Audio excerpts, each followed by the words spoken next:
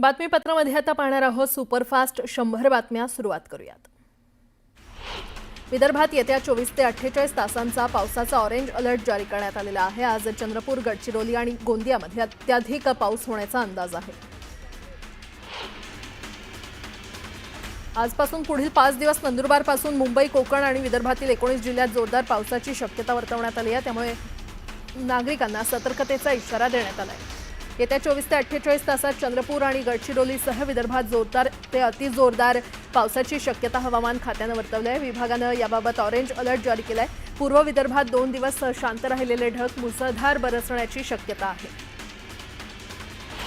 रत्नागिरी जिल्ह्याला पावसाने झोडपून काढण्यास सुरुवात केली आहे। दिवस रात्र मुसळधार पावसामुळे जिल्ह्यातील नदी आणि धरणं ओसंडून वाहू लागलेली आहेत। काही नद्यांनी धोक्याची पातळी ओलांडली आहे, तर बऱ्यापैकी धरणं तुडुंब भरली आहेत। वर्ध्याच्या कारंजा तालुक्यातील संत्रा उत्पादकाचं मृगबहार गळाल्यानं मोठ्या प्रमाणात नुकसान झालंय। बदलणाऱ्या वातावरणाचा फटका संत्र्याला बसलाय। मावळ तालुक्यात सध्या पडत असलेला पाऊस भात पिकासाठी पोषक ठरतोय। मावळ तालुक्यातील खरीप हंगामातील महत्त्वाचं भात पीक असल्यानं 4 सूत्री लागवडीला सध्या वेग आलाय। मावळ तालुक्यासह संपूर्ण पिंपरी चिंचवड शहराला पाणी पुरवठा करणारं पवना धरण हे 76.22% भरलेलं आहे। पाणलोट क्षेत्रामध्ये जोरदार पावसामुळे धरणात मोठ्या प्रमाणात पाण्याचा विसर्ग होत असल्यानं पवना नदी पात्रातील विसर्ग वाढवण्यात आलाय आणि सांडव्याद्वारे 2800 क्युसेक पाण्याचा विसर्ग करण्यात आलाय। यामुळे पवना नदीकाठच्या सर्व नागरिकांना सतर्कतेचा इशारा देण्यात आलाय। छत्रपती संभाजीनगर महानगरपालिकेने पडेगाव ते मिटमिटा रोडवर 585 बांधकामं निष्कासित केली आहेत, ज्यामध्ये हॉटेल, लॉज, दुकान, शेड, जाहिरात फलक निष्कासित करण्यात आले। महानगरपालिकेच्या 350 अधिकारी तर पोलीस विभागाचे 250 अधिकारी आणि कर्मचाऱ्यांचा यामध्ये समावेश होता।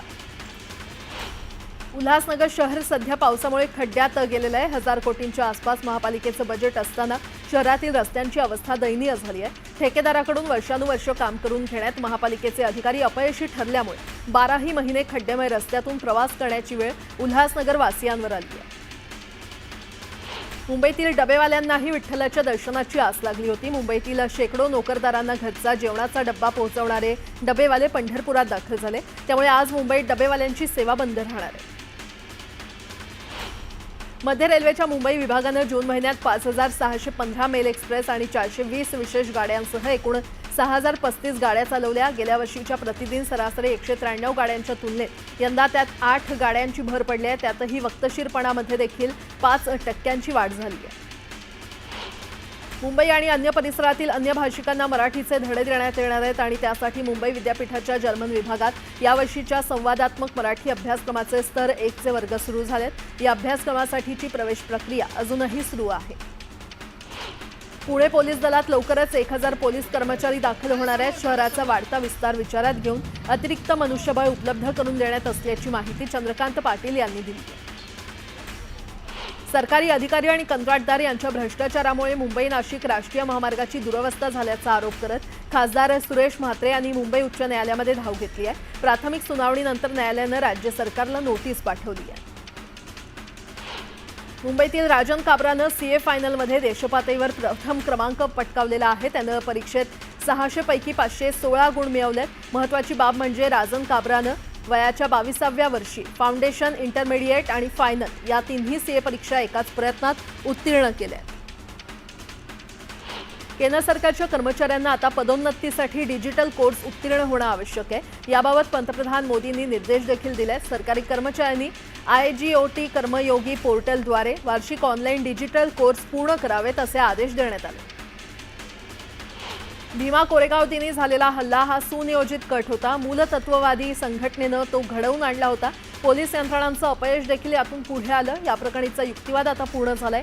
यात शरद पवार, प्राध्यापक जोगेंद्र कवाडे, ॲडव्होकेट प्रकाश आंबेडकरांसह जवळपास 85 जणांची उलट तपासणी करण्यात आली आहे। या प्रकरणी गठीत आयोगाचा अहवाल देखील तयार असून तो लवकरच सरकारला सादर होणार आहे। मत्स्य व्यवसायाला कृषी दर्जा बहाल करण्यास मंत्रिमंडळाच्या बैठकीत मान्यता मिळाली आणि तसा शासन निर्णय देखील जाहीर झाला। त्यानुसार मच्छीमारांना शेतकऱ्यांप्रमाणे 4% व्याजानं कर्ज मिळणं अपेक्षित होतं। मात्र त्यांना ठाणे जिल्हा सहकारी मध्यवर्ती बँकेकडून घेण्यात आलेल्या उत्पादन कर्जावर पूर्वीप्रमाणेच 9% दरानं व्याज आकारलं जाणार आहे आणि त्यामुळे कृषी दर्जा केवळ कागदावरच आहे का असा सवाल उपस्थित होतोय। मुंबई महापालिकेनं कायमस्वरूपी कामगारांऐवजी कंत्राटदारांकडून सफाई करून घेण्यासाठी काढलेल्या निविदेवरून कामगार संघटना आक्रमक झाल्या। सफाईच्या कामावर होणारा 900 कोटींचा खर्च कंत्राटामुळे 4500 कोटींवर जाईल असा दावा पालिका कामगार संघटना संघर्ष समितीनं केला आहे। गेल्या काही महिन्यांपासून बदलापूर शहरातील महावितरणाच्या कारभारामुळे बदलापूरकर मेटाकुटीला आलाय। दिवसा आणि रात्री देखील विजेचा लपंडाव सुरू असल्यानं नागरिकांचे हाल सुरू आहेत। वीज पुरवठा खंडित झाल्यानंतर पाणी पुरवठा देखील ठप्प झाला होता आणि त्यामुळे बदलापूरकर चांगलेच संतापले। गेल्या काही दिवसांपासून ठाण्यात वाहतूक कोंडीमुळे नागरिक हैराण झाले। ठाणे पोलिसांनी वाहतुकीसंदर्भात अडचणी आल्यास नागरिकांसाठी मदत क्रमांक जाहीर केलाय।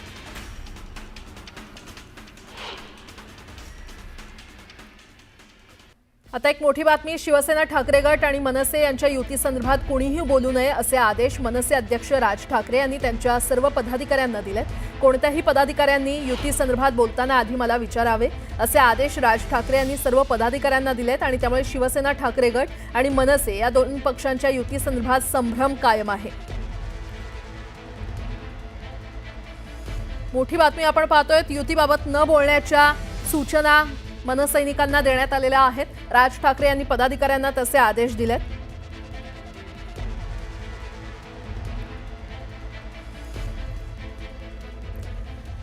आता एक मोठी बातमी। शेतकऱ्यांच्या कर्जमाफीसाठी बच्चू कडू आक्रमक झालेत। कर्जमाफीसाठी बच्चू कडू आजपासून पदयात्रा काढतायत। 7 दिवसात 138 किलोमीटरची पदयात्रा काढण्यात येणार आहे आणि 7 दिवसांच्या यात्रेदरम्यान अनेक गावात सभा होणार आहे।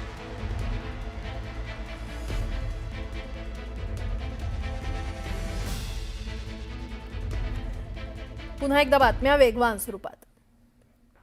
निवडणूक आयोगाला हाताशी धरून मतदार याद्यांमध्ये गडबड करत भाजपनं सत्ता मिळवली असा गंभीर आरोप हर्षवर्धन सपकाळ यांनी केलाय। त्यालाच पायबंद घालण्याचे उपाय सुचवण्यासाठी काँग्रेसनं समिती गठीत केल्याची माहिती सपकाळ यांनी दिली।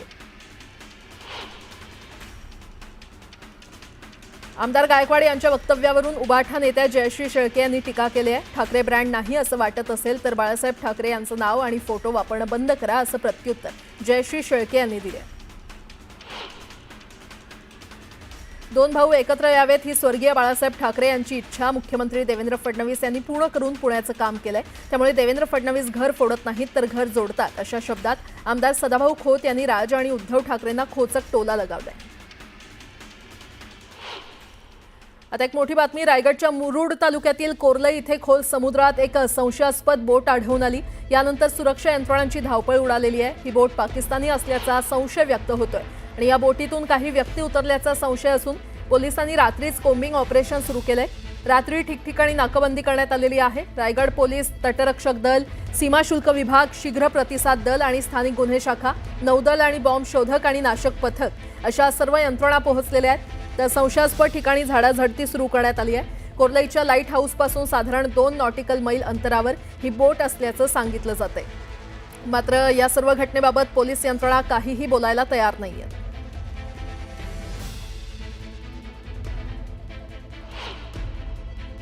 8:30च्या सुमारास एक संशयास्पद बोट कोर्लईच्या समुद्रात 2 नॉटिकल मैल अंतरात आहे असे संशयास्पद बातमी पोलिसांनी सांगितली आणि तशा पद्धतीने पूर्ण कोर्लईच्या समुद्रावर नाकेबंदी लावली आणि त्यांनी ड्रोन उडवले। पण ड्रोन का हवेचा दाब एवढा असल्यामुळं तो ड्रोन का त्या जागेवर पोचू शकला नाही आणि सकाळी पहाटेपर्यंत 4 वाजेपर्यंत पोलीस इकडे बंदोबस्त लावून होते। पण 4 वाजेपर्यंत कुठलाही म्हणजे ती जी लाईट दिसत होती ती लाईट दिसायची पण बंद झाली। मग जर ती पोलिसांचं म्हणणं असं होतं का ती पाकिस्तानी बोट आहे आणि त्याचा नंबरसुद्धा त्यांना लोकेट झाला होता। तर ती जी बोट होती त्यांनी ती कशासाठी आली होती आणि काय करण्यासाठी आली होती काय आतापर्यंत आम्हाला कळलं नाही।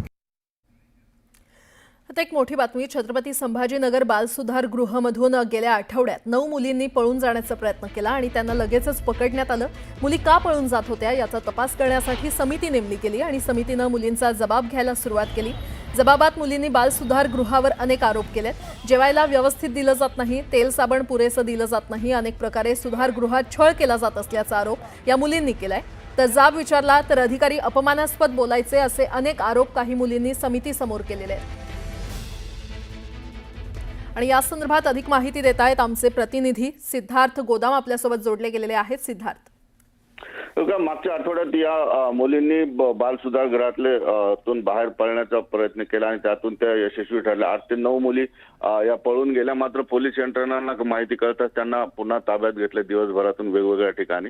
आता या मुली का पळून गेल्या याबद्दलची एक समिती निर्माण करण्यात आलेली आहे आणि त्या समितीने कालपासून या मुलींचे जबाब घ्यायला सुरुवात केलेली आहे. जबाबामध्ये अत्यंत धक्कादायक आरोप या मुलींनी केलेले. त्यांना जेवायला वेळेवर भेटत नाही किंवा आंघोळीसाठी साबण त्यांना दिलं जात नाही आणि सगळ्यात महत्वाची गोष्ट म्हणजे बाल सुधारगृहात असलेल्या मुलींच्या पोटात दुखलं तर त्यांची प्रेग्नन्सी टेस्ट केली जायची असा धक्कादायक जे आहे आरोप या मुलींनी समितीसमोर केलेला आहे. निश्चितपणे आता या सगळ्या गोष्टींची जी आहे कसून तपासणी केली जाते की या मुलींच्या आरोपात किती तथ्य आहे आणि या मुलींनी हे आरोप का केले यासाठी जी समिती काम करते त्या समितीवर काही सामाजिक कार्य करणाऱ्या महिलांची सुद्धा त्या समितीवर जी आहे घेतलेलं आहे. त्यामुळे हे प्रकरण एक वेगळ्या दिशेने जाताना दिसते, कारण गेल्या अनेक दिवसांपासून या मुली बाल सुधारगृहामध्ये जेवायला व्यवस्थित भेटत नाही किंवा सगळ्या सोयी सुविधा ज्या शासनातर्फे दिल्या जातात त्या पुरेशा नाहीत. यासाठी त्यांनी वारंवार तक्रारी केल्या, मात्र त्या तक्रारी कुणीही ऐकून घेत नाही. त्यामुळे या मुलींचा शेवटी नाविलाज झाला आणि त्या मुलींनी पलायन करण्याचा प्रयत्न केलेला आहे. समितीसमोर आता प्रत्येक गोष्ट एक एक येते. आणखी काही मुलींचे जबाब आज सुद्धा होणार आहेत. त्यामध्ये सुद्धा आणखी काही या मुली काय आरोप करतायत आणि समिती कशा पद्धतीचा रिपोर्ट शासनाला करते हे पाहावं लागेल. ठीक आहे सिद्धार्थ, धन्यवाद या सविस्तर माहितीसाठी. पुन्हा एकदा बातम्या वेगवान स्वरूपात. वनमहोत्सवानिमित्त एक झाड आईच्या नावे या उपक्रमाअंतर्गत गोंदिया जिल्ह्यातील आमगाव वनपरिक्षेत्रामधील अंजुरा इथे 10 एकर जागेवर 11,111 झाडं लावण्यात आलेली आहेत. त्यामध्ये विविध प्रकारच्या झाडांचा समावेश आहे. सांगली जिल्ह्यातील दुष्काळी जत तालुक्यात इतिहासात प्रथमच बोटिंगच्या स्पर्धा भरवण्यात आल्या. भाजप आमदार गोपीचंद पडळकर यांच्याकडून ही स्पर्धा घेण्यात आली. तलावामध्ये या राज्यस्तरीय कायाकिंग बोटिंग स्पर्धेचं आयोजन करण्यात आलं होतं. या स्पर्धेमध्ये मोठ्या संख्येनं महाराष्ट्रामधील बोटी टीमनं सहभाग घेतला होता. बैलजोडी नसल्यानं स्वतःला अवताला जुंपून शेती करणाऱ्या लातूरमधील दाम्पत्याची माजी मंत्री अमित देशमुख यांनी भेट घेतली. त्यांच्याशी सविस्तर चर्चा करत सद्यस्थितीतील शेतकऱ्यांचे प्रश्न जाणून घेतले. लातूर जिल्ह्यातील पवार दाम्पत्यासाठी तुपकरांची क्रांतिकारी शेतकरी संघटना पुढे सरसावलेली आहे. संघटनेनं वर्गणीतून शेतकऱ्याला बैलजोडी दिली असून कार्यकर्त्यांनी वाजत गाजत नेऊन या बैलांना अवताला जुंपलं. जळगावच्या रावेर तालुक्यातल्या अहिरवाडी तांडा इथे रुग्णवाहिका वेळेवर न पोहोचल्यानं एका गर्भवती महिलेची प्रकृती खालावली आहे. त्यामुळे महिलेला खासगी वाहनातून रुग्णालयामध्ये दाखल करण्यात आलं. सोलापूरमध्ये दररोज लाखो विद्यार्थी बसनं शाळा महाविद्यालयामध्ये ये जा करत असतात. मात्र विविध कारणांनी काही फेऱ्या अचानक रद्द केल्या जातात आणि त्यामुळे विद्यार्थ्यांची प्रचंड गैरसोय होते. यापुढे आता प्रत्येक कारागार प्रमुखांनी शालेय फेरी कोणत्याही परिस्थितीमध्ये रद्द होणार नाही याची दक्षता घ्यावी असे निर्देश प्रताप सरनाईक यांनी दिले. जळगावच्या भुसावळ शहरातील एसटी स्टँडमध्ये मोकाट गुरांचा प्रश्न निर्माण झालाय. मोकाट गुरं रस्त्यावर आणि एसटी स्टँडमध्ये बसतात. यामुळे वाहतुकीला आणि प्रवाशांना अडथळा निर्माण होतो. अपघात होण्याचा धोकाही वाढलाय. त्यामुळे पालिका प्रशासनानं याकडे लक्ष देण्याची मागणी केली जाते.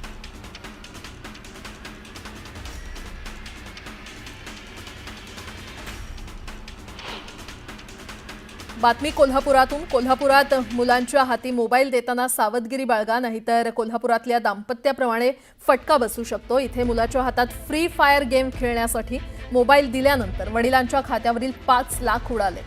फ्री फायर गेम खेळताना आभासी शस्त्र खरेदी करताना फोन पेचा वापर झाल्यानं सायबर चोरट्यांनी 5 लाखांचा गंडा घातलाय. 6वी आणि 9वी मध्ये शिकणाऱ्या मुलांनी हे कारनामे केले. यामुळे म्हैस खरेदीसाठी ठेवलेली रक्कम हडप झाल्यानं पालकांना मोठा धक्का बसलाय. या शेतकरी पालकांनी पोलिसात धाव घेतली आहे. अधिक माहिती देत आहेत आमचे प्रतिनिधी ज्ञानेश्वर साळोखे आपल्यासोबत जोडले गेलेले आहेत. ज्ञानेश्वर, काय नेमका प्रकार? राधानगरी तालुक्यातले शेतकरी कुटुंबामध्ये हा प्रकार घडलेला आहे. या शेतकऱ्याची मुलं एक 9वीत शिकणार होता आणि एक 6वीत शिकणार होता. त्यांना फ्री फायर गेमचे व्यसन होते आणि अनेक वेळा ती ही गेम खेळत होते आणि ही गेम खेळत असताना त्यांनी फोन पेचा वापर करून आभासी शस्त्र खरेदी केला आणि हाच धागा आहे तो सायबर चोरट्यांनी घेतला आणि त्यावरून आहे ते सायबर चोरट्यांनी जवळपास या अकाउंटवरचे 5 लाख रुपये आहे ते लंपास केलेले आहेत आणि त्यामुळे शेतकऱ्यांना याचा धक्का बसलेला आहे. खरं तर पै जमून सुमारे 7 लाख रुपये आहे ते या शेतकऱ्यांनी आपल्या खात्यावरती ठेवले होते आणि त्यातून म्हैशी खरेदी करण्याचा त्याचा हे एक चांगला प्रयत्न होता. मात्र एकूणच पाहायला गेलं तर या मुलांच्या गेम पायी आहे तो मोठा धक्का या शेतकऱ्याला बसलेला आहे. 5 लाख रुपये हडप झाल्याने शेतकऱ्याला चांगलाच मानसिक ताप आहे तो सहन करावा लागलेला आहे. पोलिसांच्या पर्यंत आता हे प्रकरण गेलेलं आहे आणि पोलीस या शेतकऱ्याला आता मदत करण्याचा प्रयत्न करतायत. मात्र एकूणच पाहायला गेलं तर ऑनलाईन मोबाईल गेमचा जो फटका आहे तो कशा पद्धतीने समोर येतो हे या दृश्यामधून आता किंवा या घटनेमधून आता समोर आलेलं आहे. त्यामुळे पालकांनी मोबाईल मुलांच्या हातामध्ये देताना काळजी घेण्याची गरज सुद्धा या निमित्तानं आता पुढे येते. तर धन्यवाद या सविस्तर माहितीसाठी.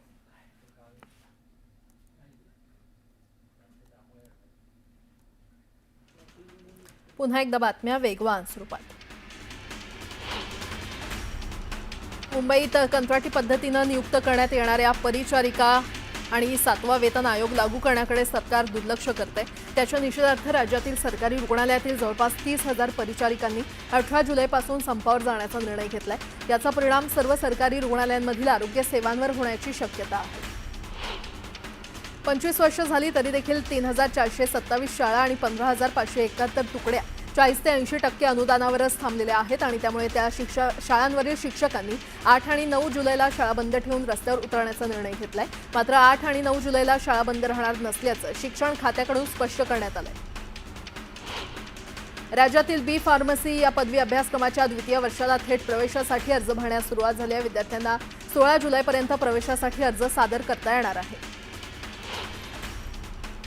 राज्यातील इंजिनिअरिंग अभ्यासक्रमाच्या द्वितीय वर्षाला थेट प्रवेशासाठी अर्ज भरण्यास सुरुवात झालेली आहे. इंजिनिअरिंग डिप्लोमा केलेल्या विद्यार्थ्यांना थेट द्वितीय वर्षाला प्रवेश घेता येण्यासाठी 15 जुलैपर्यंत प्रवेशासाठी अर्ज सादर करता येणार आहे. सरकारी बँका त्यांच्या वाढत्या कामकाजासाठी आणि विस्तारासाठी चालू आर्थिक वर्षात सुमारे 50,000 कर्मचाऱ्यांची भरती करणार आहेत. यातले सुमारे 21,000 पदं अधिकारी वर्गासाठी तर उर्वरित क्लर्क आणि इतर पदांसाठी असतील. राज्यभरात गाजत असलेल्या तुळजापूर ड्रग्ज तस्करी प्रकरणात मोठी कारवाई होण्याची शक्यता आहे. तुळजापूर ड्रग्ज प्रकरणातील आरोपींवर मकोका लावण्याच्या हालचाली धाराशिव पोलिसांकडून सुरू आहेत. पोलीस अधीक्षक रितू खोरकर यांनी याबाबत मोठा खुलासा केला. बुलढाण्यातील माजी सरपंच अशोक सोनूने हत्याकांड प्रकरणी मृतकांच्या मुलानं गंभीर आरोप केलेत. जुन्या वादातून ही हत्या करण्यात आली असून अशोक सोनूने यांच्या जीवाला धोका असल्याबाबत अनेक वेळा लोणार पोलिसांना कळवलं होतं तरी देखील पोलिसांनी याची दखल घेतली नसल्याचा आरोप कुटुंबियांनी केलाय. पैठण शहरात एकाच दिवशी घरफोडी, दुकानफोडी आणि सोनसाखळी चोरी अशा सलग घडणाऱ्या घटनांमुळे नागरिकांमध्ये भीतीचं वातावरण निर्माण झालंय. त्यामुळे या घटनांनी पोलीस प्रशासनासमोर देखील गंभीर आव्हान उभं केलंय. जळगावच्या एरंडोल शहरातील गांधीपुरा परिसरात चोरट्यांनी 52 वर्षीय वृद्ध व्यक्तीच्या घरात शिरून तिचे हातपाय बांधले. घरात ठेवलेली रोख रक्कम आणि सोन्याचे दागिने चोरट्यांनी लंपास केले. छत्रपती संभाजीनगरमध्ये राजकीय नेत्यांच्या भावाकडून सुरू असलेल्या पत्त्याच्या क्लबवर गुन्हे शाखेनं छापा मारला. यात 23 जुगाऱ्यांना ताब्यात घेत सिटी चौक पोलीस ठाण्यात या प्रकरणी गुन्हा दाखल करण्यात आला.